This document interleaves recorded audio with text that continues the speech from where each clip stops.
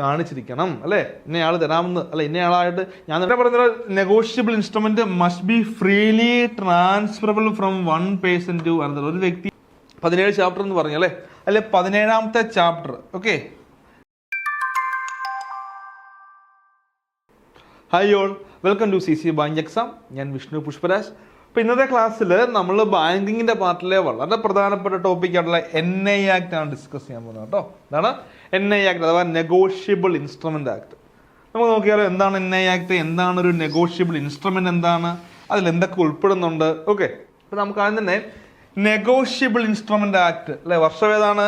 1881. ഓർത്ത് വെക്കണം, NI ആക്ടിന്റെ വർഷം ഒരുപാട് തവണ ചോദിച്ചിട്ടുണ്ട്. 1881 ആണ് NI ആക്ടിന്റെ വർഷം എന്ന് ഓർത്ത്. The NI Act was passed in 1881, 1881. അപ്പൊ 1881 എന്താണ് NI ആക്ട് പാസ്സായത് കേട്ടോ. അപ്പൊ NI act was passed in 1881. ഓർത്ത് നോക്കുക, ഇവിടെ ബ്രാക്കറ്റിൽ ആക്ട് 26 എന്ന് കാണിച്ചിട്ടുണ്ട്. എന്താ അർത്ഥം നോക്കുക? 1881 26ാമത്തെ ആക്ട് ആയിരുന്നു NI ആക്ട് എന്ന് പറയുക. വളരെ പ്രധാനപ്പെട്ട ആക്ടുകൾ ഒന്ന് തന്നെയാണ്. അപ്പോൾ ഓർത്ത് വെക്കുക, NI ആക്ട് പാസ് ചെയ്തത് 1881. 1881 ആക്ട് 26, ആക്ട് നമ്പർ 26 ആണെന്ന് ഓർത്ത് വെക്കുക കേട്ടോ. ഓക്കെ, എന്നാൽ അത് പാസ്സാക്കിയത് 1881 അത് കെയിം ഇൻ ടു ഫോഴ്സ് അല്ലെ. എന്നാണ് came in to force? 1 March 1882. ഓർത്ത് വെക്കണം കേട്ടോ. അപ്പം NI ആക്ട് പാസ് ചെയ്ത് 1881, ആക്ട് നമ്പർ 26, അതായത് 1881 26ാമത്തെ ആക്ട് ആയിരുന്നു NI ആക്ട് എന്ന് പറയുന്നത്. പിന്നെ NI act came in to force 1 March 1882 എന്ന് ഓർത്ത് വെക്കുക. ആരാണ് ഈ ആക്ട് ഡ്രാഫ്റ്റ് ചെയ്തത്? The NI act was drafted by Indian law commission കേട്ടോ. ആരാണ്? ഇന്ത്യൻ ലോ കമ്മീഷനാണ് NI ആക്ട് ഡ്രാഫ്റ്റ് ചെയ്തതെന്ന് ഓർത്ത് വെക്കുക. ഓക്കെ, NI ആക്ട് ഡ്രാഫ്റ്റ് ചെയ്തത് ഇന്ത്യൻ ലോ കമ്മീഷൻ. ഇനി നമുക്ക് ഒരുപാട് തവണ പഠിക്കേണ്ടതും ഒരുപാട് തവണയായിട്ട് ചോദിച്ചൊരു ചോദ്യമാണ്, NI ആക്ടിൽ എത്ര സെക്ഷനുകളുണ്ട്? എത്ര സെക്ഷൻ ഉണ്ട്?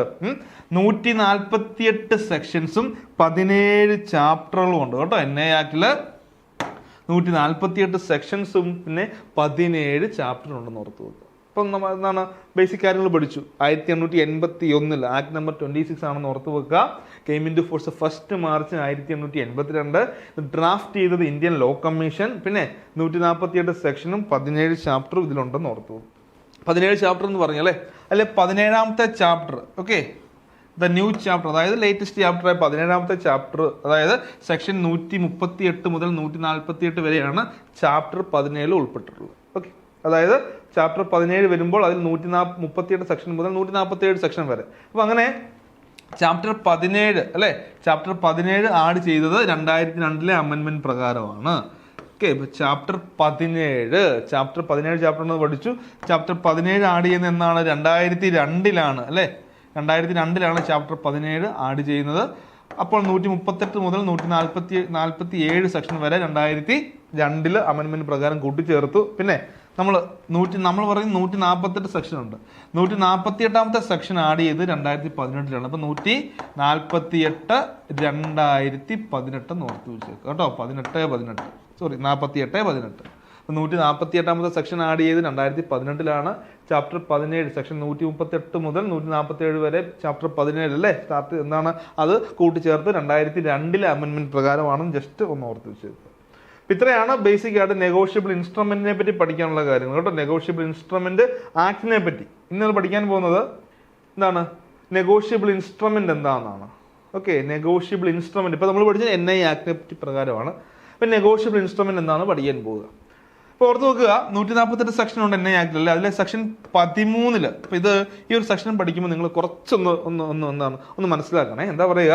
Section 13 of NI act defines negotiable instrument as a promissory note, bill of exchange or cheque payable either to order or to the bearer. അപ്പൊ ഇവിടെ പ്രോപ്പറായിട്ട് നമ്മൾ പഠിക്കുമ്പോഴേ ഈ NI ആക്ട് പഠിക്കുമ്പോൾ ഇവിടെ NI ആക്ടില് നെഗോഷ്യബിൾ ഇൻസ്ട്രുമെന്റ് എന്താണെന്ന് പറഞ്ഞിട്ടില്ല, എന്താണെന്ന് ഡിഫൈൻ ചെയ്തിട്ടില്ല. ഇവർ അവിടെ പറയുന്നത് എന്താണ്? നെഗോഷ്യബിൾ ഇൻസ്ട്രുമെന്റിൽ എന്തൊക്കെയുണ്ട്? പ്രൊമിസറി നോട്ടും ബിൽ ഓഫ് എക്സ്ചേഞ്ചും ചെക്കും ഉണ്ടെന്ന് കേട്ടോ. അത്തരം കാര്യങ്ങളെ പറയുന്നുള്ളൂ, അല്ലാതെ എന്താണെന്ന് പറയുന്നില്ല. അതിൽ ഉൾപ്പെട്ട കാര്യങ്ങൾ ഏതൊക്കെയാണ്? നെഗോഷ്യബിൾ ഇൻസ്ട്രുമെന്റ് സെക്ഷൻ 13 പറയുകയാണ്, അത് ഇൻക്ലൂഡ്സ് അല്ലെങ്കിൽ അതിൽ ഉൾപ്പെടുന്ന ഏതൊക്കെയാണെന്ന് ചോദിച്ചാൽ എന്തൊക്കെയാണ്? Promissory note, bill of exchange, check. Okay, അല്ലാതെ ഒരു പ്രോപ്പർ ആയിട്ടുള്ള ഒരു ഡെഫിനേഷൻ ഇവിടെ ഉൾപ്പെടുന്നില്ലെന്ന് ഓർത്ത് വെക്കുക. ഓക്കെ, ക്ലിയർ ആണെന്ന് വിചാരിക്കുന്നു. ഇനി പറയാം, ഇനി എന്താണ്? Negotiable instrument must be in writing കേട്ടോ. Negotiable instrument must be in writing. Okay, അത് എന്താണ്? റൈറ്റിംഗിലായിരിക്കണം അല്ലേ? Negotiable instrument must be in writing ഏതൊക്കെയാണ്? Bill of exchange, promissory note, cheque. ഇത്തരം കാര്യങ്ങൾ ഇതിൽ ഇൻക്ലൂഡ് ചെയ്തിരിക്കുന്നത്. രണ്ടാമത് പറയാണ്, a negotiable instrument must be signed by its maker. ആരാണോ അത് മേക്ക് ചെയ്യുന്നത്, ആരാണോ ഇതിന്റെ മേക്കർ, അദ്ദേഹം ഇതിൽ സൈൻ ചെയ്തിരിക്കണം. A negotiable instrument must be signed by its maker. Okay, ആദ്യത്തെ കാര്യം പറഞ്ഞു അത് റൈറ്റിംഗിലായിരിക്കണം. രണ്ടാമത് പറയുന്നത് must be signed by the maker. ഇനി മൂന്നാമത്തെ പറയുന്നുണ്ട്, a negotiable instrument must contain an unconditional promise or order to pay some money. ഇവിടെ ഇത് അൺകണ്ടീഷണൽ ആയിരിക്കണം. എന്തെങ്കിലും കണ്ടീഷൻസ് സാറ്റിസ്ഫൈ ചെയ്താലേ പണം കൊടുക്കുക എന്നുള്ളതല്ല. ഇവിടെ എന്താണ്? അൺകണ്ടീഷണൽ ആയിരിക്കണം. ഓർത്ത് നോക്കുക, negotiable instrument must B contain an unconditional promise or order. അല്ലെ, പ്രോമിസ് എന്ന് പറയുമ്പോൾ അത് പ്രൊമിസറി നോട്ടും, ഓർഡർ എന്ന് പറയുമ്പോൾ അത് ബിൽ ഓഫ് എക്സ്ചേഞ്ചും ആണെന്ന് ഓർത്ത് നോക്കുക. ഓക്കെ, ഇപ്പൊ negotiable instrument must contain an unconditional promise or order to pay some money. ഇനി പറയുകയാണ്, a negotiable instrument must contain a certain amount of money only. ഓർത്ത് വെക്കണം, മനസ്സിലാക്കണം. എന്താ പറയുക? Negotiable instrument must contain a certain amount of money only. അപ്പൊ ഇതിന്റെ നമ്മൾ ആ ഫീച്ചേഴ്സ് പഠിച്ചു. ആദ്യം ഇൻ റൈറ്റിംഗിലായിരിക്കണം, പിന്നെ മേക്കർ സൈൻ ചെയ്തിരിക്കണം. നെഗോഷ്യബിൾ ഇൻസ്ട്രുമെന്റ് എന്താണ്? ഒരു അൺകണ്ടീഷണൽ പ്രോമിസ്, ഒരു ഓർഡർ ആയിരിക്കണം. പിന്നെന്താണ്? Must contain a certain amount of money അല്ലേ? മണി അല്ലേ? ഓർത്ത് നോക്കുക, certain amount of money only എന്ന് പറയുന്നത്. Negotiable instrument must be freely transferable from one person to another. ഒരു വ്യക്തിയിൽ നിന്ന് മറ്റൊരു വ്യക്തിയിലേക്ക് ഇത് ഫ്രീ ആയിട്ട് ട്രാൻസ്ഫർ ചെയ്യാൻ പറ്റണം കേട്ടോ. A negotiable instrument must be freely transferable from one person to another. ഒരു വ്യക്തിയിൽ നിന്ന് മറ്റൊരു വ്യക്തിയിലേക്ക് ഫ്രീ ആയിട്ട് ട്രാൻസ്ഫർ ചെയ്യാൻ പറ്റിയിരിക്കണം.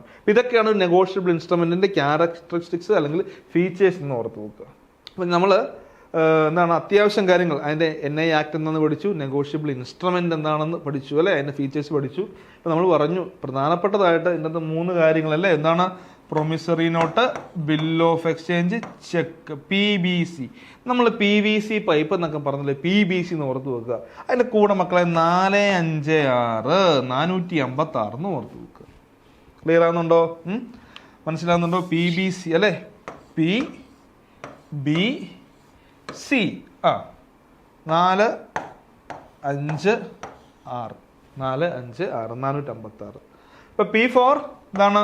Promissory note, B4 bill of exchange and C4 check എന്ന് ഓർത്ത് വെക്കുക.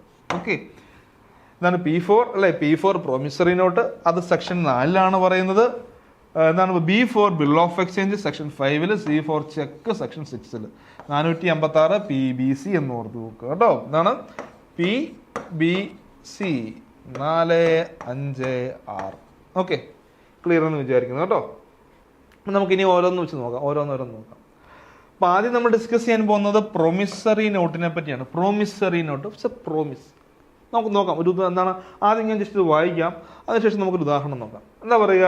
Accord section 4 of NI act. അപ്പോൾ പറഞ്ഞു സെക്ഷൻ 4 പ്രൊമിസറി നോട്ടിനെ ഡിഫൈൻ ചെയ്യുന്നത്. അപ്പോൾ എങ്ങനെയാണ് സെക്ഷൻ 4 ഡിഫൈൻ ചെയ്ത് നോക്കാം. എന്താണ്? A promissory note is an instrument in writing അല്ലേ. എന്താണ്? ആദ്യം തന്നെ പറഞ്ഞു ഇത് റൈറ്റിംഗിലായിരിക്കണം. ഏതൊരു നെഗോഷ്യബിൾ ഇൻസ്ട്രുമെന്റ് ആയിരിക്കണം, അത് റൈറ്റിംഗിലായിരിക്കണം. It must be in writing എന്ന് പറഞ്ഞു. ഓർത്ത് നോക്കുക, a promissory note is an instrument in writing അല്ലെ, not being a bank note or a currency note. Currency നോട്ടും ബാങ്ക് നോട്ടും ഇതിൽ ഉൾപ്പെടുന്നില്ല അല്ലേ. Not being a bank note or currency note. ഓർത്ത് നോക്കുക, a promissory note is an instrument in writing. എന്തൊക്കെയാണ്? Containing an unconditional undertaking. ഇപ്പോൾ ഈ വാക്ക് മക്കളെ നിങ്ങൾ ഓർത്ത് വെക്കുക. എന്താണ്? അൺകണ്ടീഷണൽ അണ്ടർടേക്കിംഗ് എന്നുള്ള വാക്ക് ഓർക്കണം. എന്താണ്? അൺകണ്ടീഷണൽ അണ്ടർടേക്കിംഗ് എന്നുള്ള വാക്ക് ഓർത്ത് വെക്കണം. പിന്നെ പറയാണ് unconditional undertaking signed by the maker അല്ലേ, to pay a certain sum of money to or to the order of a certain person or to the bearer of the instrument. ഇതാണ് ഇതിന്റെ ഒരു ഡെഫിനേഷനിൽ promissory note define ചെയ്യുന്ന ഇങ്ങനെയാണ്. A promissory note is an instrument in writing containing an unconditional unconditional undertaking, order അല്ല, unconditional undertaking signed by the maker to pay a certain sum of money to or to the order of a certain person or to the bearer of the instrument. Okay, ഇത്രയും പറഞ്ഞു. പിന്നെ ഞാൻ പ്രോപ്പറായിട്ട് ഇതിന് ഉദാഹരണം പറയാം. ഇപ്പോൾ കാര്യങ്ങൾ മനസ്സിലാക്കി ജസ്റ്റ് ഞാൻ വായിച്ചപ്പോൾ ചിലർക്ക് മനസ്സിലായി കാണാം, ചിലർക്കൊന്നും മനസ്സിലായി കാണില്ല, ഒരു പ്രശ്നമില്ല. നമുക്ക് ഇതിൻ്റെ ഉദാഹരണം നോക്കാം. അതായത് എ എന്ന് പറയുന്ന വ്യക്തി, എയും ഉണ്ട് ബിയും ഉണ്ട് അല്ലേ, എയും ഉണ്ട് ബിയും ഉണ്ട്. അപ്പോൾ നമ്മൾ എയും ബിയും എപ്പോഴും ഉദാഹരണം എടുക്കുന്ന പോലെ ഒരു 50,000 രൂപയുടെ പ്രോഡക്റ്റ് ബിക്ക് വിറ്റു. എ ഒരു 50,000 റുപ്പീസിൻ്റെ പ്രോഡക്റ്റ് ബിക്ക് വിറ്റു. എ ക്രെഡിറ്ററാണ്, ബി ഡെപ്റ്ററാണ്. ഇപ്പം പ്രൊമിസറി നോട്ട് എന്ന് പറയുന്നത് അല്ലേ, പ്രൊമിസറി നോട്ട് എന്ന് പറയുന്നത് പ്രോമിസ്. ഇപ്പം ഇവിടെ ബി ഡെപ്റ്റർ ആണ്. ബി ഇവിടെ നൽകുന്ന ഒരു പ്രോമിസ് ആണ്. ബി ആർക്ക്? എക്ക് അല്ലെങ്കിൽ ക്രെഡിറ്റർക്ക് നൽകുന്ന ഒരു പ്രോമിസിനെയാണ് പ്രൊമിസറി നോട്ട് എന്ന് പറയുന്നത്. ഇനി എങ്ങനെയാണെന്ന് ചോദിച്ചാൽ ഇപ്പം എന്താണ്, എ 50,000 രൂപയുടെ പ്രോഡക്റ്റ് ബിക്ക് വിറ്റു അല്ലെ, 50,000 രൂപയുടെ പ്രോഡക്റ്റ് 50K പ്രോഡക്റ്റ് എന്ന് കാണിച്ചേക്കാം. അപ്പോൾ അവിടെ എന്താണ്, ബി പറയുകയാണ്, ബി നൽകുന്നൊരു പ്രോമിസാണ്. ബി പറയുകയാണ് എന്താണ്, നിനക്കോ അല്ലേ, ഞാൻ നിനക്കോ നീ പറയുന്ന ആൾക്കോ അല്ലെങ്കിൽ ഈ ഇൻസ്ട്രുമെന്റ് കൈവശം വെച്ചിരിക്കുന്ന ആൾക്കോ എന്താണ് 3 മാസം കഴിയുമ്പോൾ പണം തരാം അല്ലേ. അതുകൊണ്ട് എന്താണ് അൺകണ്ടീഷണൽ അണ്ടർടേക്കിംഗ് കേട്ടോ മക്കൾ, ആ വാക്ക് നിങ്ങൾ ഉപയോഗിച്ചോണം. അൺകണ്ടീഷണൽ അണ്ടർടേക്കിംഗ്, അതായത് നിനക്കോ, അതായത് ബി എയോട് പറയാണ്, നിനക്കോ നീ പറയുന്ന ആൾക്കോ അല്ലെങ്കിൽ ഈ ഇൻസ്ട്രുമെന്റ് കൈവശം വെക്കുന്ന ആൾക്കോ എന്താണ് 3 മാസം കഴിയുമ്പോൾ ഞാൻ പണം തരാം, ഈ 50,000 രൂപ അല്ലേ, ഈ പണം ഞാൻ തരാം എന്ന് പറയുന്നതാണ് എന്തെന്ന് പറയുക, അതിനെയാണ് നമ്മൾ പ്രോമിസറി നോട്ട് എന്ന് പറയുക. അതുകൊണ്ട് തന്നെ നമ്മൾ എന്താണ് അൺകണ്ടീഷണൽ അണ്ടർടേക്കിംഗ്. ഇതിൽ ഏറ്റവും പ്രധാനപ്പെട്ട വേർഡ് എന്ന് പറയുന്നത് ഈ അണ്ടർടേക്കിംഗ് ആണ്. ഓക്കെ, ഈ ഒറ്റ വാക്കാണ് ഇതിൽ ഏറ്റവും പ്രധാനപ്പെട്ടത്. അൺകണ്ടീഷണൽ അണ്ടർടേക്കിംഗ്, അതായത് നിനക്കോ അല്ലെ, ബി പറയാണ് അല്ലെ, എക്കോ, എ പറയുന്ന ആൾക്കോ അല്ലെങ്കിൽ ഞാൻ എഴുതി തരുന്ന ഇൻസ്ട്രുമെന്റ് കൈവശം വെക്കുന്ന ആൾക്കോ ഞാൻ ഇതിന്മേൽ പണം തന്നുകൊള്ളാം എന്ന് പറയുന്നതാണ് എന്ത്, പ്രോമിസറി നോട്ട്സ്. പ്രോമിസ്, തന്നുകൊള്ളാം അല്ലെ, ഞാൻ നിനക്ക് തരാം, പ്രോമിസ് എന്നാ ഓർത്ത് വെക്കുക. ഓക്കെ, ഇനി നമുക്ക് എന്താണ് അതിന്റെ ഫീച്ചേഴ്സുകൾ നോക്കാം അല്ലെ. നമുക്ക് അതിന്റെ ഫീച്ചേഴ്സ് നോക്കാം. നോക്കിയേ, it must be in writing അല്ലെ. പ്രൊമിസ് നോട്ട് എഴുതി തന്നെ നൽകണം, വാക്കാൽ പ്രോമിസ് പറ്റില്ല. അതാ പറയാ, a mere verbal promise to pay is not a promissory note. ഞാൻ നിനക്ക് പൈസ തന്നോളാം കേട്ടോ, സാധനം മേടിച്ച് തരണേടാ, ഞാൻ നിനക്ക് പണം തന്നുകൊള്ളാം, അത് പ്രൊമിസറി നോട്ടല്ല. കാരണം പ്രോമിസ് നോട്ടാണ്, അത് എഴുതണം. എന്താണ്, നെഗോഷ്യബിൾ ഇൻസ്ട്രുമെന്റ് ആയിരിക്കും, അതിന് മസ്റ്റ് ബി ഇൻ റൈറ്റിംഗ് എന്ന് ഓർത്ത് നോക്കുക. നോക്കുക, a mere verbal promise to pay is not a promissory note. The method of writing അല്ലെ, either in ink or pencil or printing etcetera. ഒന്നെങ്കിൽ നമുക്ക് എന്താണ് പേനയ്ക്ക് എഴുതാം, പെൻസിലിന് എഴുതാം, അല്ലെങ്കിൽ എന്താണ് പ്രിന്റ് ചെയ്യിക്കാം, ടൈപ്പ് ചെയ്യാം. അതൊന്നും അത്ര ഇമ്പോർട്ടൻ്റ് അല്ല. പക്ഷെ ഓർത്ത് വെക്കുക, but it must be in any form that cannot be altered easily. അതായത് ഓൾട്ടർ ചെയ്യാൻ പറ്റാത്ത രീതിയിൽ അല്ലെ, ഓൾട്ടർ ചെയ്യാൻ പറ്റാത്ത രീതിയിൽ എഴുതി കൊടുക്കണം. അതാ പറയുക, it must be in writing. അവിടെ മഷിയോ അല്ലെ, പേനയ്ക്ക് എഴുതണമെന്നോ അല്ലെ പെൻസിലിന് എഴുതണമെന്നോ അല്ലെങ്കിൽ പ്രിന്റ് ചെയ്യണമെന്നോ അങ്ങനെ നിർബന്ധം പറഞ്ഞില്ല. ഏത് രീതിയിൽ വേണമെങ്കിലും നമുക്ക് എഴുതാം. ഒന്നുകിൽ പേനയ്ക്ക് എഴുതാം, അല്ലെങ്കിൽ പെൻസിലിന് എഴുതാം, അല്ലെ പ്രിന്റ് ചെയ്യിക്കാം, എങ്ങനെ വേണം കൊടുക്കാം. പക്ഷേ എന്താണ്, ഈസിലി ഓൾട്ടർ ചെയ്യാൻ പറ്റില്ലാത്തതായിരിക്കണം കേട്ടോ. അതായത് പെട്ടെന്ന് നമുക്ക് തിരുത്താൻ പറ്റാത്ത രീതിയിൽ കൊടുക്കണം. ഓർത്ത് നോക്കുക, promissory note it must be in writing. It must be in writing എന്ന് ഓർത്ത് നോക്കുക. രണ്ടാമത് പറയുന്നുണ്ട്, it must certainty and express promise or clear understanding to pay. There must be an express undertaking to pay. അതായത് എന്താണ്, clear ആയിട്ട് പറയണം അല്ലേ, ക്ലിയർ ആയിട്ടൊരു പ്രോമിസ് ആയിരിക്കണം. It must certainly an express promise or clear understanding to pay. അതായത് ഞാൻ നിങ്ങൾക്ക് പണം തരാം എന്നുള്ള എന്താ പറയുക, ഒരു എക്സ്പ്രസ് പ്രോമിസ് അവിടെ ഉണ്ടായിരിക്കണം. ഓക്കെ, ഒരു എക്സ്പ്രസ് പ്രോമിസ് അവിടെ ഉണ്ടായിരിക്കണം എന്ന് ഓർത്തു.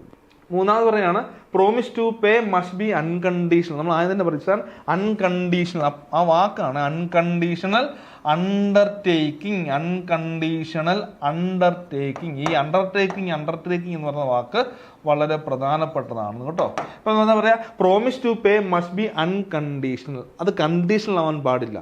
ഓക്കെ, ഞാൻ അവൻ്റെ കടയിൽ നിന്ന് സാധനം മേടിച്ചു, 50,000 രൂപ അവന് കൊടുക്കാനുണ്ട്. അപ്പോൾ ഞാൻ പറയുകയാണ്, ഞാൻ നിങ്ങൾക്ക് പണം തന്നുകൊള്ളാം. അവിടെ മറ്റ് കണ്ടീഷനുകളൊന്നും ഞാൻ വെക്കാൻ പാടില്ല. അതാ പറയുക, നോക്കിയേ, a conditional undertaking destroys the negotiable character of an, അത് എന്താണ് പറയുക, of an otherwise negotiable instrument. പുറത്ത് നോക്കുക എന്താണ്, ഒരു കണ്ടീഷൻ പറയുന്നുണ്ടെങ്കിൽ അത് നമ്മുടെ നെഗോഷ്യബിൾ ഇൻസ്ട്രുമെന്റിന്റെ സ്വഭാവത്തെ തന്നെ മാറ്റിമറിക്കും. ഇപ്പം നെഗോഷ്യബിൾ ഇൻസ്ട്രുമെൻറ്റിൽ നിന്ന് അവിടെ കണ്ടീഷൻ പാടില്ല, അത് അൺകണ്ടീഷണൽ ആയിരിക്കണം. കണ്ടീഷൻ ആണെങ്കിൽ അവിടെ എന്തെങ്കിലും കണ്ടീഷൻ സാറ്റിസ്ഫൈ ചെയ്യണമെന്ന് പറയുകയാണെങ്കിൽ അത് നെഗോഷ്യബിൾ ഇൻസ്ട്രുമെൻറ്റ് പരിധി വരില്ലെന്ന് പറയുക. therefore the promise to pay must not depend upon the happening of some outside contingency or event. അപ്പോൾ അത് തന്നെയാണ് പറയുക, എന്താണ് പണം കൊടുക്കുന്നത് എന്തെങ്കിലും കണ്ടീഷൻ പ്രകാരമായിരിക്കരുത്. ഞാൻ പണം തന്നോളാം, ഞാൻ എന്താണ് അവൻ്റെ സാധനം മേടിച്ച ആളാണ്, അപ്പോൾ അത് കൊടുക്കാൻ ഞാൻ ബാധ്യസ്ഥനാണ്, അല്ല ഞാൻ വീണ്ടും അവിടെ വേറെ കണ്ടീഷൻ കയറ്റി വെക്കാൻ പാടില്ല. അപ്പോൾ അതൊരു അൺകണ്ടീഷണൽ ആയിരിക്കണം എന്ന് ഓർത്ത് നോക്കുക. It must be payable absolutely. Okay, അടുത്തതാണ് it should be signed by the maker. ഇപ്പം എന്താണ് എയും ബിയും ആണ് നമ്മൾ ഉദാഹരണം കൊടുത്തല്ലേ, എയും ബിയും ആണ്, ബി ആണ് അല്ലേ, എ ക്രെഡിറ്ററും ബി ഡെപ്റ്ററും ആണ്. ഇപ്പം ബി ആണ് പ്രോമിസ് നൽകിയത് അല്ലേ, ഇവ പറയുന്നുണ്ട് it should be signed by the maker. ഈ ബി അതിൽ സൈൻ ചെയ്തിരിക്കണം. അതാ പറയുക the person who promise to pay must sign the instrument. ഓർത്തു നോക്കുക, the person who promise to pay, അതായത് പണം കൊടുക്കാമെന്ന് പ്രോമിസ് നൽകുന്ന വ്യക്തി അതിൽ സൈൻ ചെയ്തിരിക്കണം. ഓർത്തു നോക്കുക കേട്ടോ, it should be signed by the maker. അടുത്താണ് the maker must be certain. ആരാണ് അതിൽ കാണിച്ചിരിക്കണം. The notes itself must show clearly who is the person agreeing to undertake the liability to pay the amount. അതായത് പണം കൊടുക്കാൻ അല്ലെ, പണം കൊടുക്കാൻ ബാധ്യസ്ഥനായിട്ടുള്ള വ്യക്തി ആരാണോ അല്ലെങ്കിൽ പ്രോമിസ് നൽകുന്ന വ്യക്തി ആരാണെന്ന് അതിൽ കാണിച്ചിരിക്കണം അല്ലെ. ഇന്നയാൾ തരാമെന്ന് അല്ലെ, ഇന്നയാളായിട്ട് ഞാൻ നിനക്ക് പണം തന്നുകൊള്ളാം എന്ന് എഴുതി ഞാൻ പേരെഴുതി ഒപ്പിടണം. ഓർത്ത് നോക്കുക, the maker must be certain. The note self must show clearly who is the person agreeing to undertake the liability to pay the amount. ഓർത്ത് നോക്കുക, the maker must be certain എന്ന് ഓർക്കുക. Okay, it should be signed by the maker എന്ന് പറഞ്ഞു, the person the maker must be certain എന്ന് ഓർത്ത് പോകുക. അടുത്ത പറയുന്നത് the promise should be to pay money and money only. അവിടെ പ്രോമിസ് ഞാൻ പണം തന്നുകൊള്ളാം അല്ലേ, ഓർത്ത് പോകുക. അതാ പറയുക the promise should be to pay money and money only. Okay, അത് വളരെ ഇമ്പോർട്ടൻ്റ് ആണ് കേട്ടോ. മണി ആൻഡ് മണി, വേറെ സാധനം തരാമെന്നല്ല, പണം തന്നുകൊള്ളാം എന്ന് തന്നെ പറയണം അല്ല, പകരമായിട്ട് വേറെ പ്രൊഡക്റ്റ് തരാമെന്നൊന്നുമല്ല. എന്താണ് promise must be to pay money and money only. Money means legal tender money and not old and rare coins. Money എന്ന് അർത്ഥമാക്കുന്നത് ലീഗൽ ടെൻഡർ മണി ആണെന്ന് ഓർത്ത് നോക്കുക, not old and rare coins. ഇപ്പോൾ ഇവിടെ കൊടുക്കുന്ന പണം എന്താണ് ഓൾഡ് ആൻഡ് റയർ കോയിൻ ആകാൻ പാടില്ല. ഇനി പറയുകയാണ് the amount should be certain. എത്ര രൂപയാണെന്ന് അതിൽ പ്രോപ്പറായിട്ട് കാണിച്ചിരിക്കണം അല്ലേ. എത്ര രൂപയാണ് കൊടുക്കേണ്ടത് അല്ലെ, എത്ര രൂപയാണ് തരുന്നത് അല്ലേ.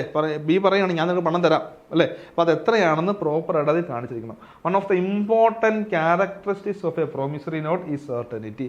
എത്ര രൂപയാണ്, ആരാണ് തരുന്നത് അല്ലേ, അതെല്ലാം പ്രോപ്പറായിട്ട് അതിൽ കാണിച്ചിരിക്കണം. സോ എന്താ പറയുക, one of the important characteristics of A promissory note is certainty. The amount should be certain. എത്രയാണോ കൊടുക്കുന്നത്, എത്രയാണോ തരേണ്ടത്, അത് അതിൽ പ്രോപ്പറായിട്ട് കാണിച്ചിരിക്കണം എന്ന് ഓർത്ത് നോക്കുക. അടുത്താണ് parties of promissory note. Promissory നോട്ടിൽ എത്ര പാർട്ടികളുണ്ടെന്നാണ് അല്ലേ. പ്രൊമിസറി നോട്ടിൽ എത്ര പാർട്ടികളുണ്ട്? A, B, creditor, debtor. 50,000 രൂപയൊക്കെ 50K പ്രൊഡക്റ്റ് വിറ്റു. ഇപ്പോൾ പാർട്ടീസ് ടു പ്രൊമിസറി നോട്ട് രണ്ട് പാർട്ടീസാണ്, രണ്ട് പാർട്ടീസാണേ. അതിൽ എന്താണ് ഡ്രോവർ, മേക്കർ, ഡെപ്റ്റർ. ആദ്യത്തെ പാർട്ടി ഈ ബി ആണ്. ഇദ്ദേഹം ഏതൊക്കെ പേരിൽ അറിയപ്പെടുന്നുണ്ട്? Drawer, maker, debtor. The person who draws or make the promissory note. അപ്പോൾ ബി അല്ലേ ഇവിടെ പ്രൊമിസറി നോട്ട് മേക്ക് ചെയ്യുക, അതുകൊണ്ട് തന്നെ അദ്ദേഹത്തെ നമ്മൾ ഡ്രോവർ, മേക്കർ അല്ലെങ്കിൽ ഡെപ്റ്റർ എന്ന് അറിയപ്പെടുന്നു. The person who draws or makes the promissory note അല്ലെങ്കിൽ എന്താണ് agree to pay the amount is called the drawer or maker. അതായത് ആരാണോ പണം തരാമെന്ന് എഗ്രി ചെയ്യുന്ന വ്യക്തി അല്ലേ, ആരാണോ പൈസ തരാമെന്ന് എഗ്രി ചെയ്യുന്ന വ്യക്തി, അദ്ദേഹത്തെ നമ്മൾ ഡ്രോവർ അല്ലെങ്കിൽ മേക്കർ അല്ലെങ്കിൽ ഡെപ്റ്റർ എന്നൊക്കെ പറയും കേട്ടോ.